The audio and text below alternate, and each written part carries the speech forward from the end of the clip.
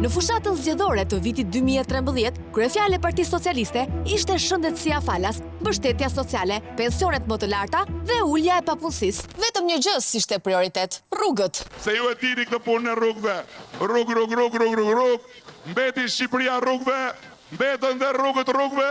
Investimet në infrastrukturën rrugore gjatë mandatit të parë socialist ishin të ulta, aq të ulta sa edhe segmente për të cilat kishte nisur puna, ose ishin në përfundim, u braktisën dhe u përfunduan jashtë çdo afati normal, për më tepër me kosto të shtuara. Por, le të bëhemi më konkret. Rruga Tiranë-Elbasan, prej 32 kilometrash dhe me një vepër arti të vështirë siç është tuneli Krabës, arriti të përfundohet në mars të vitit 2019, duke marrë në total 9 vite, 6 prej të cilave të qeverisë socialiste. Kosto për rrugën u dyfishua, duke arritur në fund vlerën 400 milion euro, edhe pse tuneli kishte përfunduar që në fazat e para.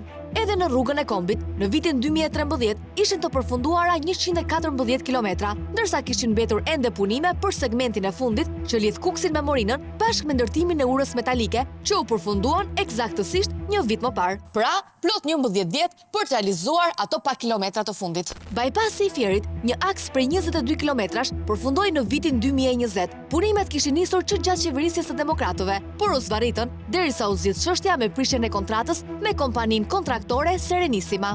Njësoj edhe për bypassin e Vlorës, punimet rinisën në vitin 2018 dhe akoma nuk kanë përfunduar tërësisht, edhe pse rruga është inauguruar disa herë.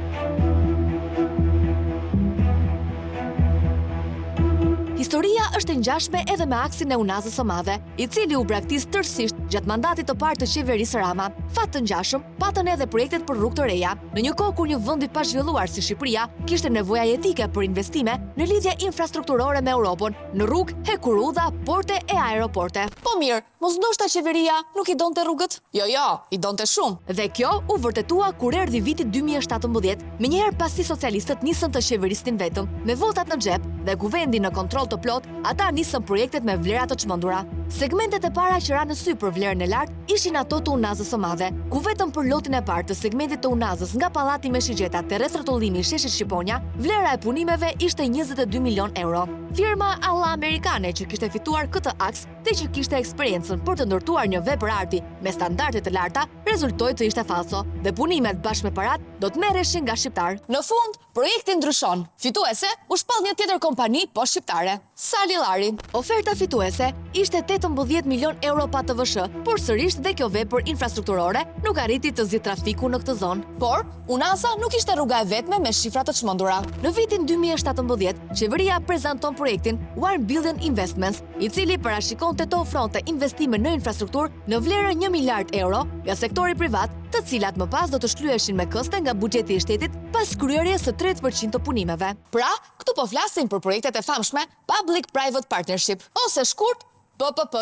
Vetëm për ndërtimin e 127 kilometrave, buxheti angazhoi të paguante 1.25 miliard euro për 4 segmente: rrugën e Arbrit, Thuman Kashar, porti i jateve Dukat Orikum dhe Milot Baldren. Vlera që do të investonin kompanit private ishte kjo: për rrugën e Arbrit do të investoheshin 215 milion euro fonde për rehabilitimin e 25 kilometrave dhe ndërtimin e 46 kilometrave të tjera rrugë të re, duke përfshirë 6 tunele dhe 4 ura, dhe në fund buxheti i shtetit do të paguante 328 milion euro, ku 40 milion euro ishte interes bankar. Vlera e punimeve për aksin Thuman Kashar e marrë përsipër në kontrat ishte 224 milion euro për 21 kilometra dhe segmenti do të operohet me pagesë nga kalimtarët, ku kompania mendohet të gjenerojë rreth 25 milion euro në vit, ose 1.3 miliard euro të ardhura në përfundim të koncesionit 35 vjeçar. Për kontratën Dukat Orikum, vlera e punimeve të kompanisë është 47 milion euro, ndërsa në fund buxheti do të paguajë 103 milion euro për 15 kilometra, pjesa më e madhe e të cilave është për rehabilitim dhe jo rrugë të re.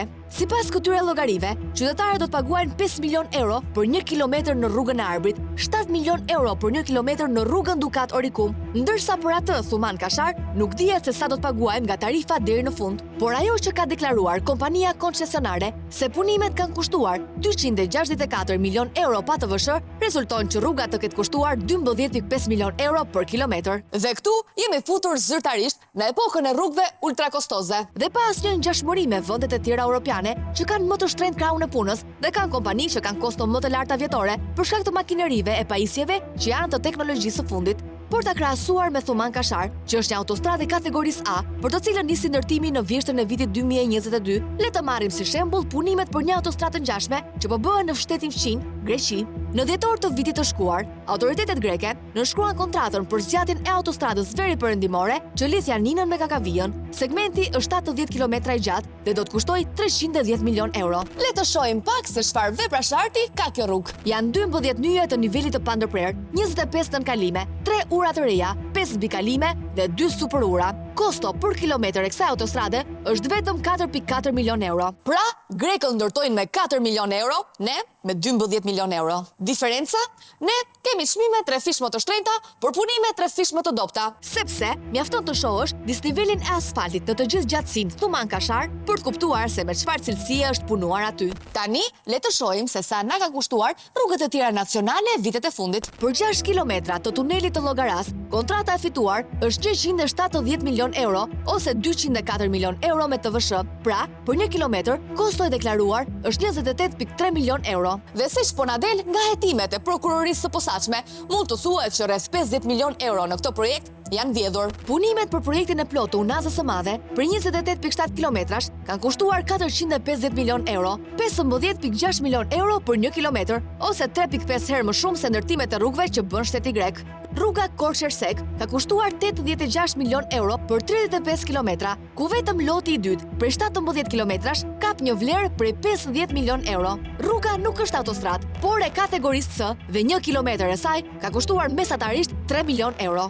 Çukës Qafploç ka kushtuar për 43 kilometra 260 milion euro, 6 milion euro për 1 kilometër, e cila nuk është autostradë. Por ajo që kemi ndryshe nga rrugët e Europës dhe vendeve fqinje nuk është vetëm çmimi i lartë, por edhe cilësia. Mjafton që të bjerë një shi dhe ja se çfarë ndodhi në rrugën Çukës Qafploç. Ndërsa këtu jemi pas shiut në tunelin e Skërficës në rrugën Kardhiq Delvin. Këto janë pamjet e aksit Korçersek. Ja edhe cilësia e autostradës së kategorisë A Thuman Kashar. Duhet theksuar se cilësia e punimeve është gjëja e fundit që përbën interes për autoritetet publike dhe kompanit, pasi për ta rëndësi kanë vetëm parat.